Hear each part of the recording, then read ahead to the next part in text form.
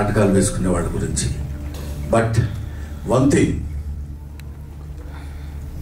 Art is long, life is short.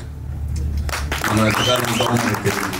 But చివరి వరకు మిగిలిపోయేది శ్రీకృష్ణదేవరాయలు బతుకున్నాడు అంటే అష్టదిగ్గజాల వల్ల, రాజరాజ నరేంద్రుడు బతుకున్నాడంటే నన్నయ్య వల్ల. ఇలా మహానుభావులందరూ మహారాజులు బతుకున్నారు అంటే వాళ్ళు పెంచి పోషించినటువంటి కళలు, కళాకారులు, కవుల వల్ల. అటువంటి కవులు పుట్టినటువంటి దేశం మన భారతదేశం. అటువంటి కవులు, కళాకారులు ఉన్నటువంటి దేశం మన దేశం. కాబట్టి ఈ దేశంలో ఉన్నటువంటి కళాకారుల యొక్క జీవితాల గురించి ఇందాక సురభి నాటక పరిషత్తు గురించి చెప్పారు. వాళ్ళు just they dedicated their life for the sake of stage. రంగస్థలం కోసం, రంగస్థలం మీదనే తండ్రి కొడుకులు వాళ్లే, రాముడు రావణాసురుడు వాళ్లే అన్ని రకాలైనటువంటి విభిన్నమైన పాత్రల్ని పోషించి అలా అలా అలా చేతిలో పట్టుకుని ఆ వెలిగిపోతున్నట్టు ఆరిపోవటానికి సిద్ధంగా ఉన్నటువంటి రంగస్థలాన్ని ఇవాళ వరకు వెలిగిస్తూనే ఉన్నటువంటి ఆ మహనీయ కళాకారుల యొక్క హృదయాలకి శిరస్సు వంచి పాదాభివందనం చేస్తారు. అది కళాకారుల వరకు సంబంధించింది. ఇందాక మిత్రుడు లక్ష్మీ భూపాల్ చెప్తూ ఒక మాట అన్నారు. రంగస్థలం, ఐ మీన్ రంగమార్తాండ సినిమాలో చాలా బాగా యాడ్ చేశారు బ్రహ్మానందం గారు అంటూ ఒక మాట చిన్నది యథాలాపంగా వదిలేశారు ఆయన. ఏంటంటే ప్రకాష్ రాజ్ గారి కంటే కూడా బాగా యాక్ట్ చేశారు అని. అది నేను దాన్ని మెన్షన్ చేయకపోతే దాన్ని నేను అంగీకరించినట్టు అవుతుంది. Prakash Raj is a Born artist. అంతటి మహానటుడు, నటుడుగా అంతటి ఉన్నత శిఖరాలను అందుకున్నటువంటి, అతనిలో ఉన్నటువంటి ప్రతి అణువు యాక్ట్ చేయగలిగినటువంటి కెపాసిటీ ఉన్నటువంటి మనిషి, ఆర్టిస్ట్. అటువంటిది వాళ్లతో పోలిక కాదు. నేను ఇది జెన్యూన్ గా చెప్తున్న మాట, ఏదో మొడెస్టీగా చాలా మంచివాడిని అనిపించుకోవడం చెప్పే మాట కానే కాదు. రంగస్థలం సాక్షిగా చెప్తున్నాను. ఆ రోజు ఒక కృష్ణవంశీ గాని, ఒక ప్రకాష్ రాజ్ లాంటి వాళ్ళిద్దరూ నన్ను ఎన్నుకుని నా దగ్గరికి రావడం అది నా గొప్పతనం కాదు, వాళ్ళ సంస్కారం. వీడి దగ్గర ఈ టాలెంట్ ఉంది అని వాళ్ళు పట్టుకుని తీసుకొచ్చి నన్ను అలా పెట్టి మౌల్డ్ చేసి చూపించినటువంటి విధానంలో, అఫ్ కోర్స్ అలా అని నేను చేతగాని ఆర్టిస్ట్ నేను కాదు. I got my own talent as an artist. కానీ దాన్ని పైకి ఎలివేట్ చూపించగలిగినటువంటి వాళ్ళు. ఈ రంగమార్తాండ అనేటువంటి సినిమా విషయం ఇప్పుడు అప్రస్తుతమైన ఎందుకు చెప్పాల్సి వస్తుందంటే, రంగమార్తాండ గురించి, ఈ సినిమా అంతా రంగస్థలం గురించే. రంగస్థలంలో ఒక్కొక్కటి ఆలోచిస్తుంటే ఎంతమంది కళాకారులు మధ్యాహ్నం గబగబా ఇక్కడొక నాటకంలో ఒక వేషం వేసి మళ్ళీ 10 గంటల నుంచి బయలుదేరి ఇంకో చోటుకి వెళ్ళి ఇంకో పరిషత్తులో నాటకం వేసి అక్కడి నుంచి లారీలు పట్టుకుని వెళ్ళిపోయి నాటకాలు వేసినటువంటి ఇంతటి. ఇప్పుడు మనం స్వతంత్రం వచ్చింది ఆగస్టు 15 అనుకుంటాం.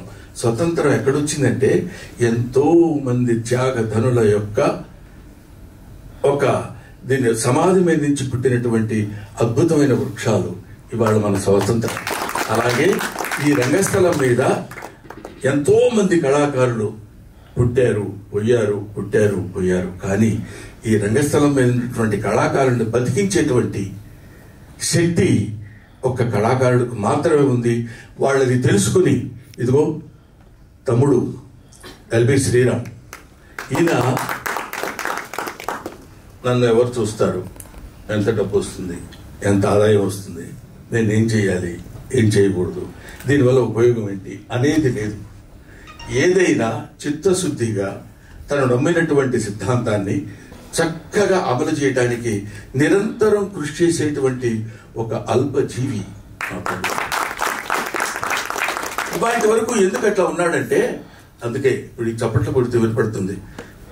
భవనపాటి కామేశ్వరరావు గారు చెప్తారు కీర్తిశేషుల నాటకంలో, ఆ చప్పట్లే కదరా ఆకలికి ఉన్న కళాజీవికి పంచపక్ష ప్రమాణాలు. ఆ కళాకారుడు పంచపక్ష ప్రమాణాలు, ఆ చప్పట్లే కదరా కళాకారుడిని వెర్రెత్తింపచేసే ఏకైక సంఘటన. ఆ చప్పట్ల ముందు కరిగిపోకుండా ఎలారా నిలబడటం అంటాడు. అది ఇక్కడ కూర్చుని ఇంటికి వెళ్తే ఫుడ్ ఉందా లేదా, బాధ, కష్టమా, సుఖమా, తాగుడా, ఇదన్నీ పక్కన పెట్టేసి అక్కడ కూర్చున్నటువంటి ఆ చివరి ఆ ప్రేక్షకుడి నుంచి ఈ ప్రేక్షకుడు చేత వాళ్ళ చప్పట్లు కర్తాళ ధ్వనులు వినపడుతుంటే పొందేటువంటి ఆనందం అనిర్వచనీయం. దాన్ని ఎవరూ చెప్పడానికి వీల్లేదు, చేయటానికి వీల్లేదు. అంతటి మహనీయమైనటువంటి శక్తి సంపద కలిగినటువంటిది ఆర్ట్.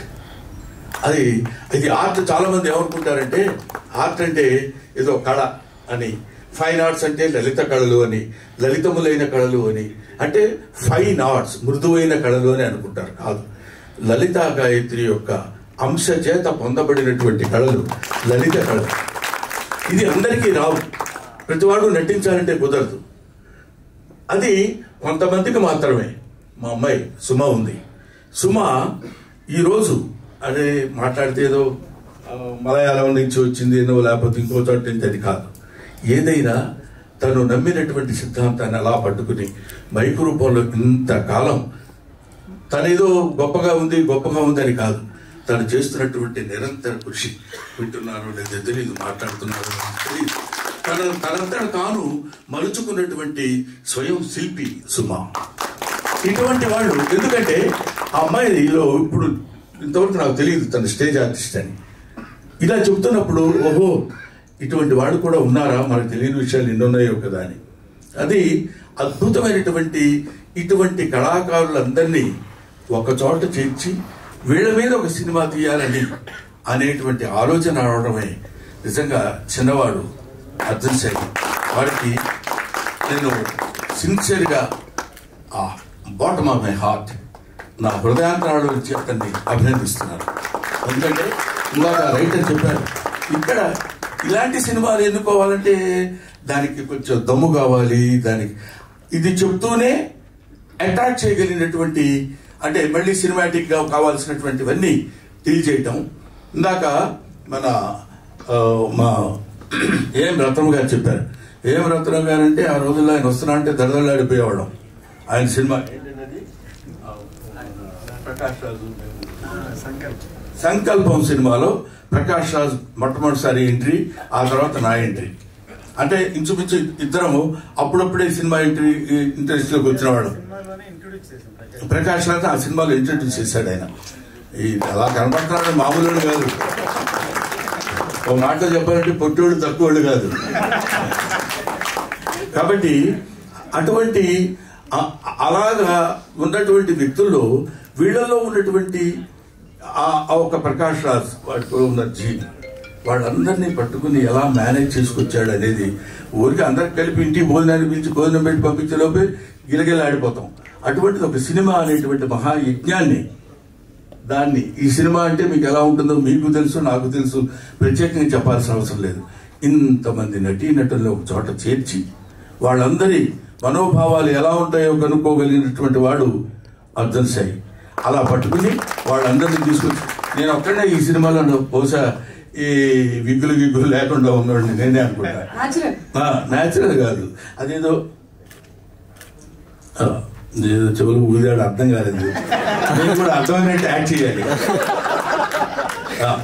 అది ఈ తర్వాత సినిమా అంతా అయిపోయింది కదా, రిలీజ్ రెడీగా ఉంది కదా, మొన్న వచ్చాడు ఇంటికి. శ్రీరంగారావు గారి గెటప్ ఉందండి, అదొక్కటి గురువు గారు అంటాడు. ఆ ఫేస్ చూడగానే అనాలించదు, అలా పడిపోతాం, మనకు తెలియకుండానే పడతాం. అలా పడేశాడు. ఇంతమంది ఆర్టిస్టుని, ఇంత పెద్ద పెద్ద టెక్నీషియన్స్ అంటే మామూలు విషయం కదా. రూబెన్స్ కానీ, లేకపోతే మన గౌతమ్ ఎవరు రసూల్ ఎల్లోరా, అవి చూస్తుంటేనే ఒక అద్భుతమైనటువంటి వాళ్ళందరినీ పట్టుకుని ఇతనైనా ఇవన్నీ చేయించింది అనే అనుమానం మనకు కలిగే విధంగా ఒక అద్భుతమైన సినిమా తీశాడు. ఇది నిజంగా ఉత్సవమే. ఇది ఇలాంటి సినిమాలు బతకాలి, ఇలాంటి సినిమాలు మనం బతికించాలి అనేటువంటి అభిప్రాయంతో, ముఖ్యంగా నేను ఈ మధ్య మెడిటేటివ్ ప్రిన్సిపల్ ప్రతి